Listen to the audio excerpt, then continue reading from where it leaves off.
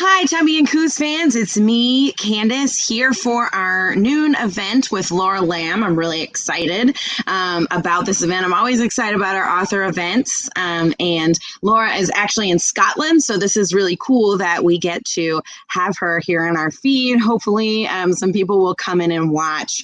So I will go ahead and introduce Laura. Today am talking with Laura Lam. She's the author of Goldilocks, which is a pretty gripping sci-fi space opera thriller, I guess. It's kind of a lot of different things. Definitely a space opera, definitely a thriller, definitely sci-fi. Following the first all-woman mission to a planet called Cavendish to the Goldilocks zone, thus where the name of the book comes from. And this is a zone where conditions are just right for human survival. And this group of women go there to, they sort of peace out from Earth to go try and start a better society, which I like, because we've all felt that way at some point. And Laura is originally from California. She now lives in Scotland. She is also the author of the feminist space opera Seven Devils, which she co-wrote with Elizabeth May, the BBC Radio 2 book club section False Hearts, the companion novel Shattered Minds, and the award-winning Micah Gray series Pantomime, Shadow Play, and Masquerade.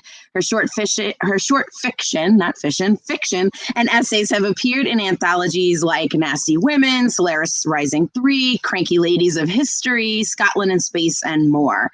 Her romance alter ego is Laura Ambrose, and she lectures part-time at Edinburgh Napier University on the creative writing MA. So welcome, Laura. Thank you so much for being with us today.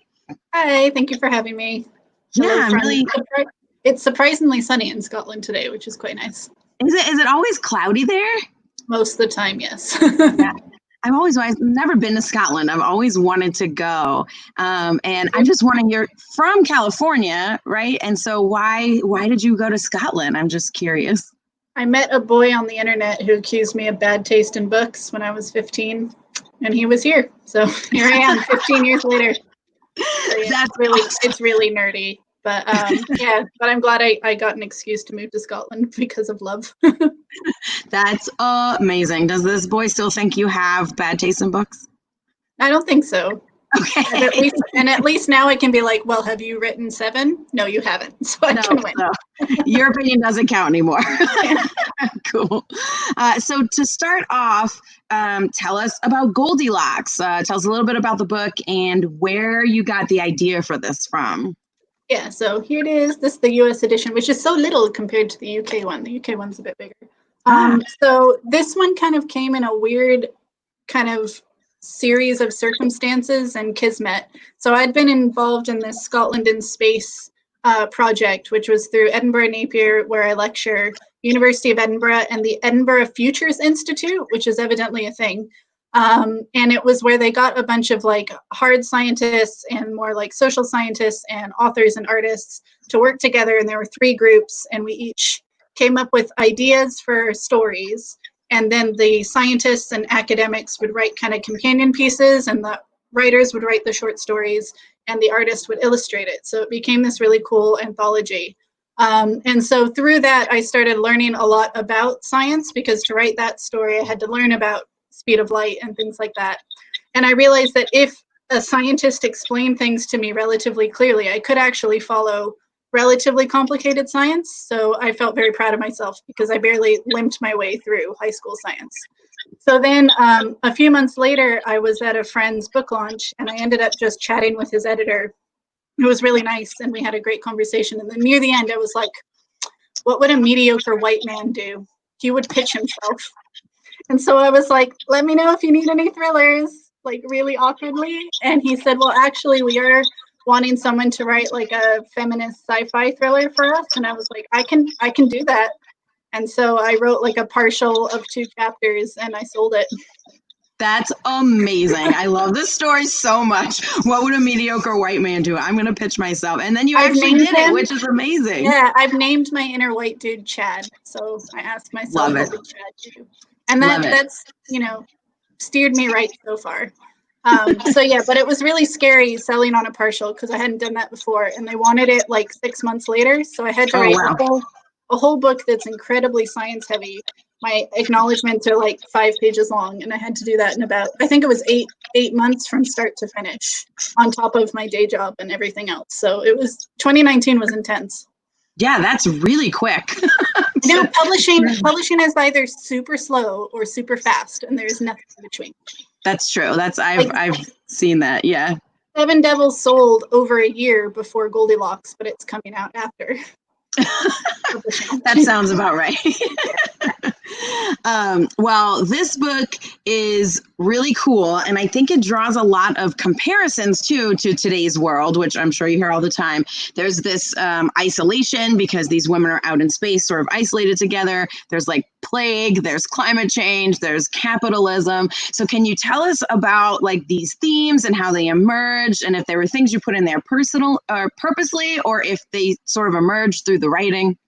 Well, I ended up accidentally predicting the future in ways I did not expect when I was writing it. So last year, obviously, there was no mention of coronavirus. And in the book, I have, like, people keep not being able to finish because they're like, everyone in this book wears masks outside. I can't handle it right now. And I'm like, I'm sorry, no one was wearing masks outside last year. And yeah, I have a pandemic that shows up in it, which is a slight spoiler, but I feel like it's worth telling people. Just in case they, want to put it aside for a couple months. But I will say that it's not a huge focus on the plot, and it never gets really gory or detailed or anything. It's a relatively minor plot point in the grand scheme of things.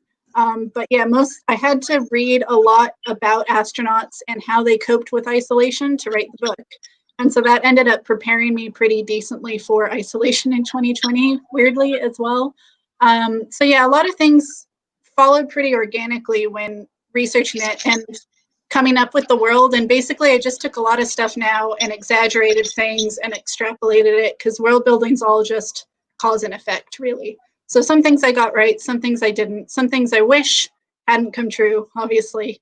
But I find it interesting too, the response to it, because there've still been mostly men being like, oh, but misogyny's over now. And then I just have to point to being like, they're using coronavirus as an excuse to ban abortions. I mean, I don't know what to tell you here. So I just have to laugh a little bit and cry, but mostly laugh. Yeah, it was definitely like weirdly predictive. I was like, clearly you had no idea when you were writing this, like what was going to be happening when it was coming out. And so I was like, this is so interesting. That's like, it's so, like you're saying, people wearing masks outside. And I don't want to give any like super spoilers, but I was like, man, this is like super like relevant. I know. And it's a weird feeling, because you feel almost guilty for predicting the future. And then you don't know if like this is like, if this makes more people want to read it, or if it turns people off to reading it, or you just have no idea. And of course you don't know if people are going to find out about it, because all the bookstores are closed. And yeah, I just really did not expect my book to be interrupted by a pandemic. But here we are. Here we are. And hopefully it still does well anyway, because it's a good book and I think people should read it. Also, this is, I guess, like sort of a spoiler, but it's not super major, I don't think. But I really loved that you chose to make the narrator of this story a pregnant woman, because we don't see this in science fiction, really, especially a pregnant woman going to space. So I'm curious as to how they came about, how the character of Naomi came about. So that was actually something that the publisher sort of really wanted, because it ended up, because it was sold on a partial, it ended up being really symbiotic with the publisher. And so we kind of worked together on the plot. And so it's probably not something I maybe would have chosen to do on my own, just because I've not been pregnant and I don't really know what it's like.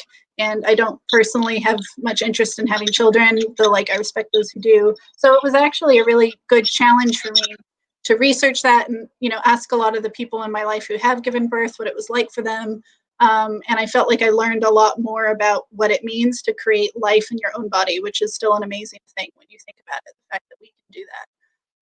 Or some, half the population roughly can do that. But yeah, I found it a really interesting thing to look at, and it also tied in a lot, like very neatly, kind of accidentally, to themes of growth, which I think are really big in the novel. So obviously Naomi's a botanist, So she's growing the plants to, keep the people alive on the ship and then alive if they reach the planet. And kind of also like, what is our responsibility, like as parents raising the next generation, as custodians of this current planet, we're not being excellent at just now. So it gave me a lot to think about. And I think it's what tied the book together. I don't think it would have had as much resonance if Naomi hadn't been considering all of these things. And, what does it mean to have like your body being legislated by people who don't perform that same biological function most of the time? Yeah, and I think that theme too, with Naomi of motherhood, not just with her, but like with her relationship with her mom, Valerie, who is another character in this book. So Naomi's the narrator, Valerie's her mom, and sort of the visionary for this mission to space. And they have sort of a contentious, sort of strange relationship. And then they're like, Naomi like mothers her plants, and they're sort of like mothering this new planet. So I feel like that's a theme that has sort of permeated throughout. Did it make you think of like the different sort of roles that motherhood takes?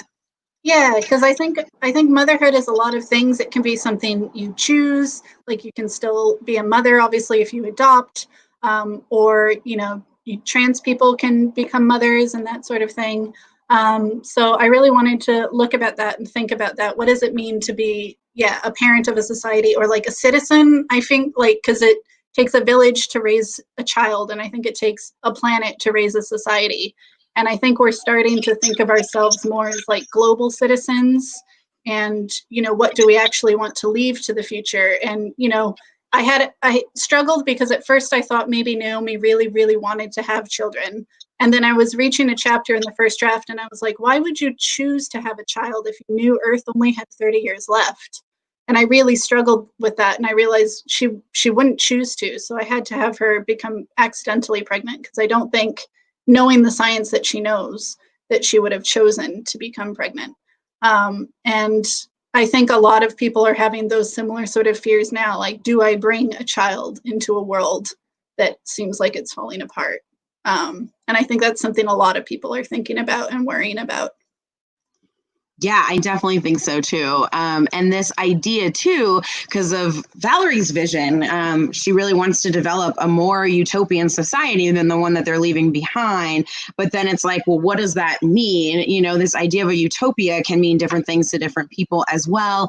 And there's this question of like what we owe future generations and what we owe ourselves. So what, as far as that idea of utopia and what it means to different people, how did you think a lot about that too? And in Valerie's sort of putting this forth, and then, of course, her and Naomi don't always agree. So Valerie was one of my favorite people to write, like favorite characters I've ever written, because she is so complicated and she is like admirable, but really nasty, and manipulative, but really like you still empathize with her. You can understand why she believes what she believes, why she does what she does. And she does think that she's doing the right thing. I can't talk too specifically, but she really does think that she's going to make a difference for the future of humanity and make life easier for people. But she's going to make some hard decisions along the way. And sometimes too, like, my hope is that the reader will be like, well, maybe it's not the worst idea. Like, maybe. I'm sure we've all kind of had the idea of, humanity's just messed it all up and maybe we need to do something radically different. So yeah, she was a really interesting character, because I personally I don't know if there is such a thing as utopia. I think obviously there's clearly ways to have a dystopia. I don't think that's within question, but I don't think there can ever be utopia that's a utopia for everyone. I think it usually just ends up being a utopia for rich people.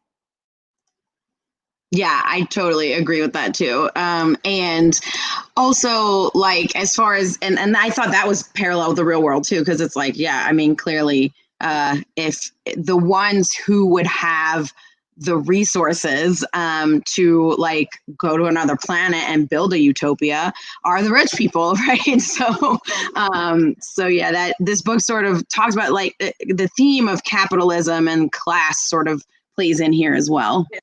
Because basically, I think at the moment we've got runaway capitalism, And this like complete obsession with the free market is not good for anyone except those at the very top. And yet for some reason, so many people keep defending it because they think they'll somehow make it up there when like it's impossible. You're never going to make it up there. And instead, why don't we think of, I mean, we can't abolish capitalism entirely right away. I mean, maybe, but it seems unlikely. But I think we need to start putting limits on capitalism and actually, you know, taxing the rich and actually making it better for people to live. So we're not constantly feeling like we're on like cracked glass that's going to break beneath us at any point. And you're seeing like, you know, the rich are the ones who'd be able to go to a new planet, and you're seeing it in real time in lockdown. It's very different being in isolation in your mansion with a pool than it is like in a one-room studio with like no windows, basically, and no garden and no anything. I have friends who, because they're shielding and they live in a flat with no garden, they have not left their house, their room even, like they're within one room in a 2-bedroom apartment, and they have been since the middle of March. And that's really, really hard for people. I've been lucky in that I'm able to, like, I live right by a big park. I'm able to walk to the ocean technically from here. Like I recognize that even though I'm finding lockdown hard, like I'm really lucky I haven't lost my job, all that sort of stuff. So yeah, I think I got a bit off topic, but yeah, I don't think there is such a thing as a utopia, but that doesn't mean we shouldn't work towards making things better. Yeah, I totally agree. And a lot of the names in this book too refer to different women, which I thought was cool. Like, of course, Goldilocks, but you also have the planet is Cavendish, and then you have Atalanta. So did you like specifically choose those names for women who inspired you? Yeah, I did. Well, it was my husband Craig came up with Atalanta because I originally chose a different name and then realized Star Trek had already stolen it. So I was like, shit, what am I going to name this? And then like Craig's obsessed with Greek mythology, and he was like, what about Atalanta? And I was like, oh yeah, Golden Apple Girl, she'd be great. And I researched her a little bit more and refamiliarized myself. And I thought it fit so well because she was the only woman to go off and try and find the golden fleece and that sort of stuff. So she fit really well. And then Cavendish was after Margaret Cavendish, who wrote The Blazing World, which was a like utopian proto science fiction book from like 1666. And it was really feminist for 1666, but was also like super colonialist and like yay for the monarchy. And there's a lot of weird like lizard men and bird men. It's a very strange book. But I enjoyed it. I had no idea what I was reading half the time. It was very, because it doesn't follow a novel shape because the novel didn't really exist yet. But I thought it was important to make a nod to her because she was also one of the first women to like publish a book under her own name too. So yeah, and I think all of the women as well on the spaceship, except for Naomi and Valerie, are named after the Mercury 13. I switched the first and the last names of a bunch of them. And they, if you don't know, they were the women who did the same tests as a Mercury 7 and tested better, but they weren't allowed to go to space because they were women. Yeah, that's I didn't notice that, I guess, because sadly I mean I knew about the Mercury 13, but don't know their names specifically. So that's cool to know that like the names are those names too. And Lovelace was for Naomi's last name was for Ada Lovelace, but it was also a Dr. Lovelace who headed up the Mercury 13. So cool. I didn't know that. I don't think that Dr. Lovelace it was just like Easter eggs for me, basically, to amuse myself. That's pretty cool. And that's what I was wondering, because I'm like, I noticed some, maybe not all, but some, and I'm like, I wonder, this had to be done purposely. This wasn't an accident. All of my names are always purposeful. Like in all of my books, I always look up like behindthename.com and what the meaning is. And I think like I don't really know the character until I know their name. And that's cool. So what about writing genre fiction specifically appeals to you? Because you're also a romance writer and a sci-fi writer. So why did you choose to write in genre? So I grew up basically reading mostly genre. I mean, I'd read anything, but I was always drawn to the fantastic. And I grew up, especially when I was like 12 to 15, I read almost exclusively Mercedes Lackey, Anne McCaffrey, and Tamora Pierce. and I loved them. I read like their entire back catalog. And then I discovered Robin Hobb and I was off to the races. Robin Hobb still remains, like there's a whole Robin Hobb. Oh no, it's hidden behind the cat astronaut. That's nothing but Robin Hobb. And I'm still like obsessed with her. So I just love making up new worlds and being able to create different societies. Like you can have rapidly different attitudes towards sex and gender and things like that. So Ursula Le Guin blew my mind when I read her when I was 18. So yeah, like I love the romance, but I still snuck in some sci-fi because it's all set in the science fiction community because I'm a nerd. And I'm actually writing a book right now that's not speculative at all. And it feels really weird. And I keep wanting to like sneak in some magic, but so far I've resisted. But yeah, I think my heart's always going to lie in SFF because they're my favorite books. Yeah, they're my favorite too. Clearly, I opened a genre bookstore, so so I made it my job. But yeah, I have always thought, I mean, I'll read pretty much any book, but my whole life, I've always been into genre, and I think because I think something that genre can do that literary or like real life fiction doesn't is like it helps you look at things in a different way. You can frame things in a different way, and you can sort of tackle issues that you may not be able to if it's set in like the real world. And I have always found that fascinating. Like you're saying, you can explore things like gender and stuff like that in a way that doesn't, that sadly people feel, uncomfortable with. But if it's happening in, a fantasy world or aliens or whatever, it makes it more palatable for people. But also I think that there's a lot with sci-fi and fantasy that you can sort of say that you can't really do with like real world writing. Yeah, how we lecture on this on my master's, because my master's is super genre friendly, and we're one of the only ones that's like, bring us all your rocket ships and your, fantastical creatures. We are ready for it. Whereas most of the masters, I went to one which, was good enough, but they didn't really understand genre or what I was doing there. So we kind of like just looked at each other like we were both alien creatures, and it didn't really work. But we lecture on defamiliarization, which is, describing something familiar in an unfamiliar way, or like making the stone stony again. So we go with like Victor Shklovsky, the Russian formalist way back when, but then we also look at Simon Spiegel, who writes specifically about defamiliarization in science fiction and fantasy and how it functions completely differently than doing it in a realist work. And it's really interesting. I recommend it. So the essay is Simon Spiegel on Things Made Strange. It's really interesting. Yeah, that sounds fascinating. I'm gonna have to go look that up. Yeah, I can send it to you. I'm sure I have a PDF of it somewhere. Oh, that would be awesome. I would love to read that because that sounds really cool. Because I'm always talking about this too, because people have different feelings, and I'm like, every book is, a genre, like literary fiction is a genre of fiction. So it's like, like genre, it's everywhere. It's everywhere. And okay, so my other question is like with this group of women in this book, I mean, clearly every character has like a little piece of the author in them, but is there any character that you identify with more than any of the others?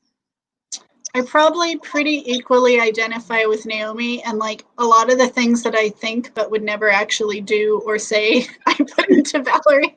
But I think there's elements of me in all of them. I'm probably not that much like Lebedeva because she's very like taciturn and keeps to herself, and I'm not like that at all.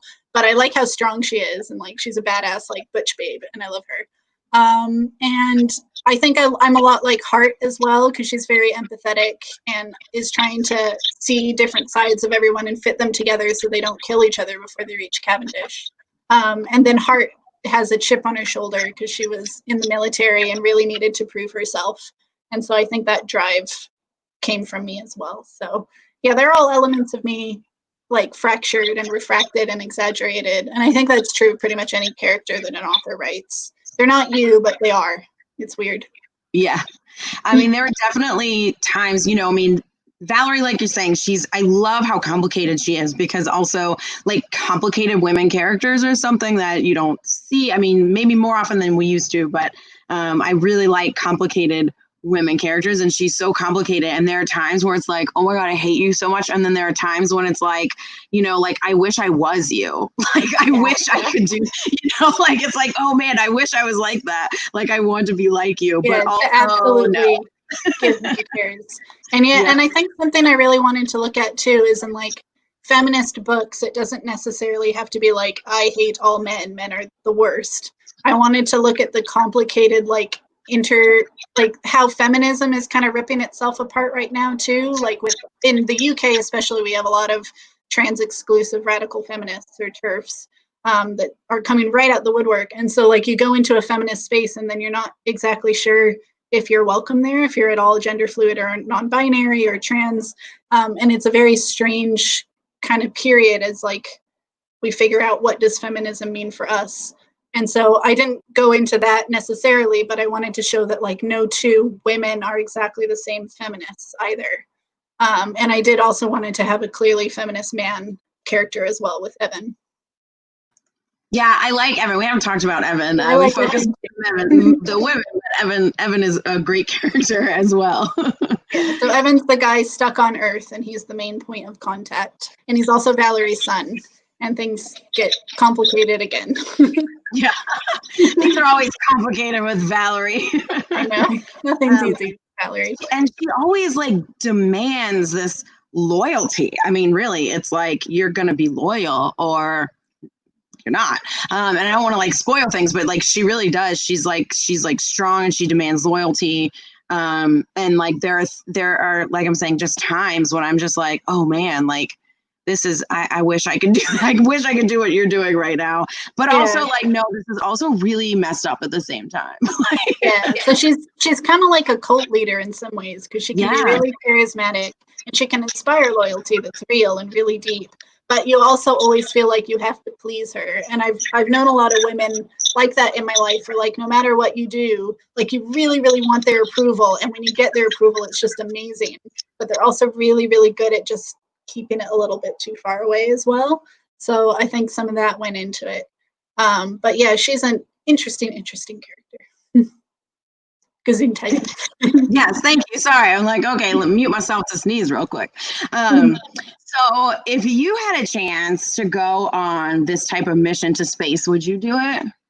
I've learned that I would be an absolutely terrible astronaut from all of the research. Because they always talk about, do you have the right stuff? And I was like, I did not have the right stuff. Like in the initial draft of the spacewalk scene, which is chapter 4 or something, Naomi basically had a panic attack, and my editor was like, I don't think an astronaut would be this freaked out by space and having a panic attack. I think she would probably be a bit more cool and collected. Is this just how you would react if you were in the vacuum of space? And I was like, yes. So I kind of pared it back, and I watched, there's a really good reality TV show here in the UK called like, Do You Have What It Takes? Which is, they clearly weren't allowed to use for legal reasons. Do you have the right stuff? But it was hosted by Chris Hadfield, who is like one of my favorite astronauts. He's like the lovely Canadian dad with the mustache who sang Space Odyssey on the ISS. And his memoir is my favorite of all the memoirs I read. And he's like hosts it, and it's astronaut hopeful candidates going through all the training things and discovering if they had what it takes. And then they vote someone off at the end, or Chris Hadfield says, I'm sorry, you have to go away. And so I was able to watch how a group of like 8 or 9 different people would react to the same impetus. And some would be like really obviously a great leader and very vocal about being a great leader. But then the psychologist who was watching them all said something like, but does she actually want to do this? Or does she think we want her to do this? And so that she's appearing to be doing this. And that really stuck with me. And also the person who won that was not the person you would have thought of in the first few episodes, because she was really quiet and really like stayed to the side and she seemed almost meek, but she was the strongest candidate, and you saw her bloom and how people started turning towards her. So I wanted Naomi to be more like the one who won that show, and I wanted some of the others to be more like that woman who wanted to appear to be the leader but maybe wasn't actually doing it altruistically. Yeah, and that's really cool. Maybe I can find that show somewhere and watch it because Yeah, it sounds here it awesome. was on like BBC iPlayer, but I really, really enjoyed it. And like in the first episode, they have to try and like learn how to hover a helicopter, and some of them are so cocky, and then they do so badly, and you're like, oh, and you get a bit of like, even I could do that better, and I'm not a doctor, so it's really fun. I recommend it. Yeah, I'm not sure I would be good in space either. I don't know. It's like it's hard to say. I don't know enough about. I mean, I read a lot of sci-fi, but I don't know enough about it to be like no. But from everything that I watched, like I don't think I'd want to do that. I don't think I I'd just don't have be I don't okay. have enough practical skills. And it's also like it's really not glamorous. Like I think Mary Mm-mm. Robinette Kowal, she wrote a whole thread on basically like bathroom stuff in space that went mega viral. And I knew most of it, but I was like, yeah, it's really not glamorous wearing a diaper. Like you piss yourself when you go on a spacewalk because you're out there for 9 hours and then you're just hanging out in your diaper. Yeah. And on the flip side, you're hanging out in space looking down at the planet, so a little pee is worth it. Yeah, and those are the kinds of things that was cool about that thread. And just things that you don't know is like even on it, like on TV, they don't really talk about that the like less the terrible, even if it's like a survival show, it's like they still don't say we have to wear diapers. Yeah, well, And I wish they would. I found it really funny in Gravity, right? Like she comes in from the spacewalk and she like emerges from her chrysalysis of the spacewalk, and then she's wearing like cute underwear and like a little tank top. And it's like that is not what she would be wearing underneath the spacewalk. She'd be wearing cotton long johns with all these little tubes so she can heat or cool herself, and she would be wearing a diaper. It would Yeah, not be yeah, it's not. Yeah, it's not as pretty as they make it out to be. So just like to switch gears a little bit, how have you been staying creative during this time of isolation and pandemic? Yeah, well, I wasn't able to write that much at the beginning because I was doing all the promo for Goldilocks, and that takes, I don't think people who aren't like within the industry realize how much launching a book takes away from creative energy because you have to do a lot of events like this, which are fine. I find that if I have events, I'm thinking about it for most of the day, so I usually can't concentrate on writing on a day I have an event. Or you have to write a lot of blog posts, or you just have to be on social media more, and it takes a lot of time. So most of my energy went to that sort of the beginning of lockdown because I launched at the end of April and early May. So I got a little bit of writing done, but not a lot. And then then I had like the post publication slump, which I also don't think people realize, like, because it's very loud and exciting, and you have all these notifications and stuff during launch, and then it gets really quiet, and then you think, oh shit, no one's reading my book, when really it's that most people who read a book don't like at the author or even leave a review or anything. So you really have no idea what it's doing, even though its journey is just beginning. But you feel like you get really in your head, and I'm just like, oh, it tanked. No one's read it. Absolutely no one in the world has read it ever. And so I kind of have to reel my this is book 6, so I know that it's something that happens, and I recognize what it is. But I just kind of let myself be in my feelings and feel my upset and anxiety, and then I kind of move to the other side. So it's really only in the last couple of weeks, really, I've been able to write a lot more. So me and Elizabeth, the sequel to Seven Devils, is due supposedly at the end of July, but that is not going to happen. We have like 45,000 words of a 150,000 book. It's not going to happen. But we're working away on that, and then I'm working on this non-speculative book. But the way I've been able to stay productive is blocking social media 22 hours a day. That is the only way, basically, because, and even like I block the news in the evening too, so I can read the news between like 12 and 7, and then that's it. Because I was getting really like stuck in I call it like doom spiral or doom scrolling, where it's so much impetus and so many different people with very strong opinions about so many different topics as you're scrolling that your brain just doesn't know where to focus, or you feel really hopeless and overwhelmed, or at least I do. So to be able to actually work, I had to block out a lot of the noise so I could actually hear myself think. And I think I finally got there now. And I've been reading a lot and just being kind to myself. It's okay if I only write a couple hundred words. I don't like, I'm just doing anything as a bonus at this point. Yeah, I have found it actually really hard to read, which is hard for me, and it brings me into the spiral as well, because it's like I want to read all the books, and like I could read 2 pages of a book, and then it's like my brain just isn't here, even if it's really good and I'm enjoying it. It's just like I haven't. So recently, I've been able to read more, so I'm like, okay, maybe I'm like getting used to it. I can like read books now. It doesn't feel like even when I'm really enjoying it, it has felt like a slog for some reason. Probably just the anxiety with everything going on, but yeah, I've found it hard to read, but I'm hoping that this corner is being turned for me. Yeah. I think it was like the paradigm shifted so drastically that it affected everyone in different ways. And there's some people who read way more and some people who read less. I'm probably reading at about the same clip as I did before, but I'm reading a lot more audiobooks because I find it like I'll go for long walks and listen to an audiobook, or I've just started to try and draw more. So I'll listen to audiobooks while I draw.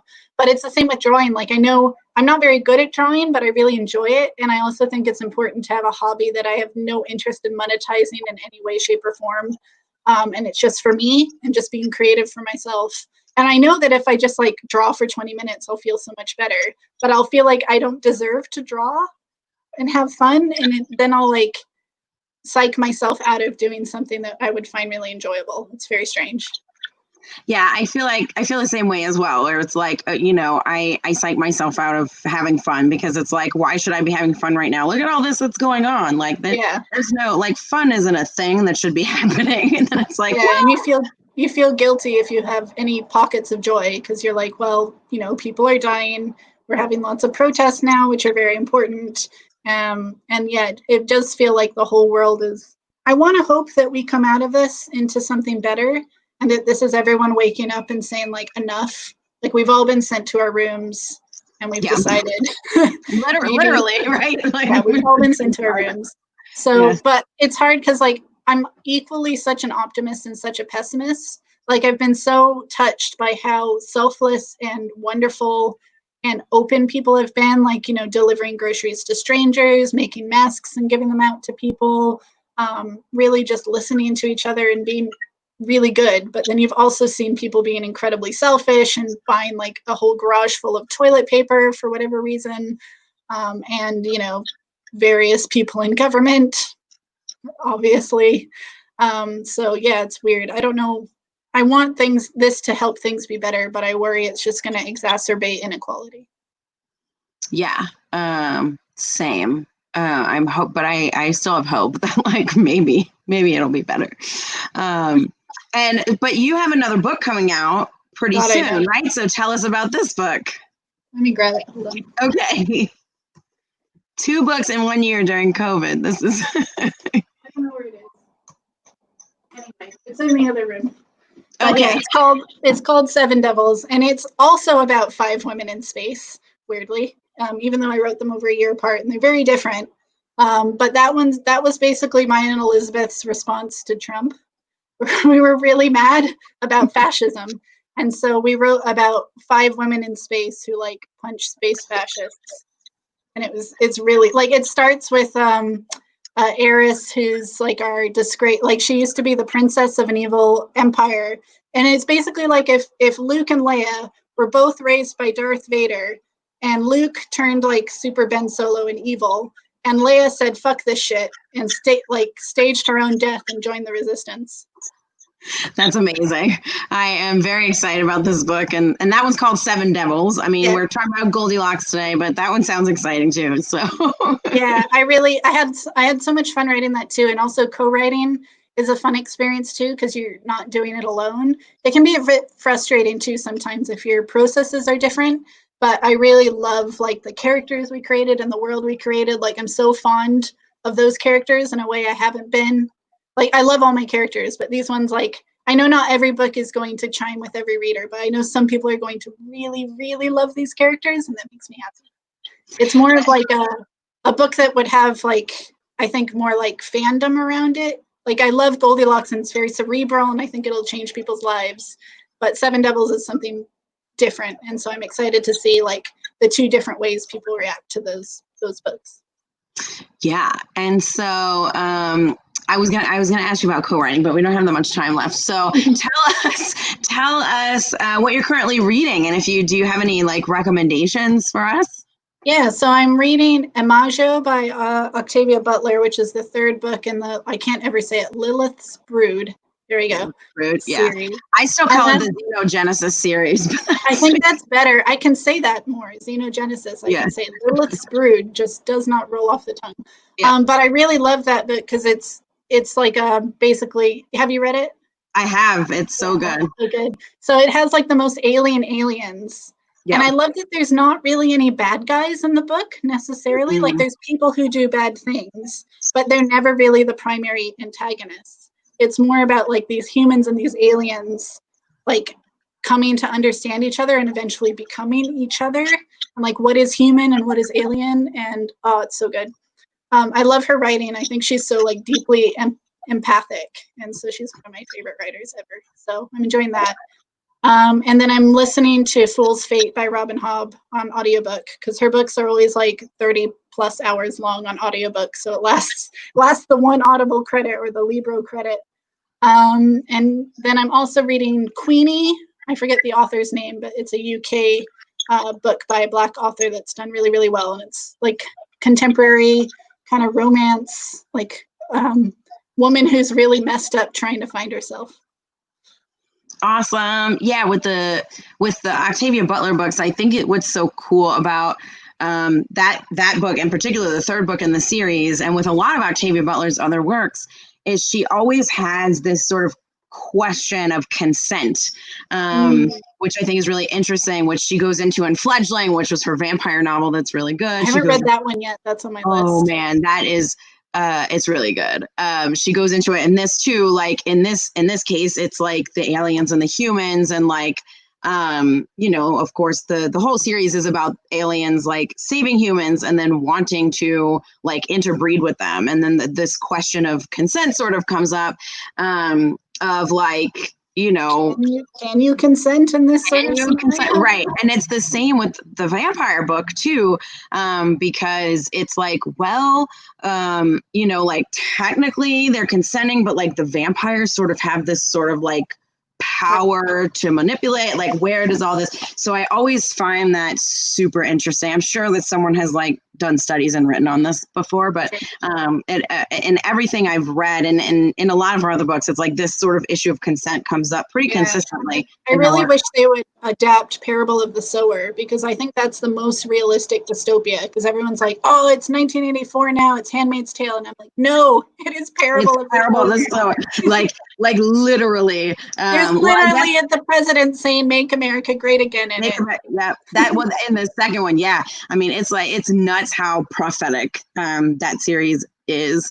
And I actually have told people, like, I mean, trigger warning before you read it, because it's very relevant. Like, it was written a long time ago, but like it is exactly what's happened. It has not aged itself at all. No, it's so good. Anyway, read Octavia Butler. She's amazing. I really wish she'd written like a book on writing or something. I know, that would have been awesome. So I just want to show everyone the book we've been talking about. So we've been talking about Goldilocks. Here it is. And yes, Earth is no longer in the habitable zone is sort of the tagline. In the UK, it has a different tagline in the UK. It's the future is in her hands or something like that. I like that too. And you can, of course, get it from us, which would be ideal. If you go to wcruise.com and place an order, you can just type it in there and, of course, we'll give it to you. Or you can always go to our bookshop site as well, as always, and order it from there. We have a list on there for all of our author events, so you can go and check that out. And get it from there as well. You can also find Laura online if you want to. Here's her website. And I know that you're on Twitter, although you I'm on Twitter 2 hours a day. 2 hours I'm on Twitter from 12 to 1 and 6 to 7. So after this is over, I'll get 10 minutes of Twitter, and then I'll be done. I was wondering what your 2 hours a day were. So the lunchtime, and then like after I did have it where I could have it in the afternoon, and then surprisingly I was getting nothing done in the afternoon, so I extended it. But it's helped me a lot because I don't feel like I'm cut off, but I'm just able to control the dose. Yes. So check out Laura's website, check out Goldilocks, get it from us, please, if you want to order it and you're watching this. And if you have any questions about it, I'm here to talk about it because it's a good book. So thank you, Laura, so much for coming and doing this with us. This has been awesome. Yeah, hopefully one of these days I'll get to New Orleans. I haven't been yet, and I really want to go. So one day. Yeah, it's a cool city. We definitely have our pluses and minuses, but overall, I really like it here. So yeah, I'm looking forward to the food. The food looks really good. The food is amazing. That's the best part. So thank you, and thank you everyone for watching, whether it's now or later. Thanks for watching the video, and again, we have been talking about Goldilocks, and you can get it from us at tubbyandcruise.com and place an order. So thanks to everyone, and we will see y'all next time. Bye. Thanks, Laura. Thanks.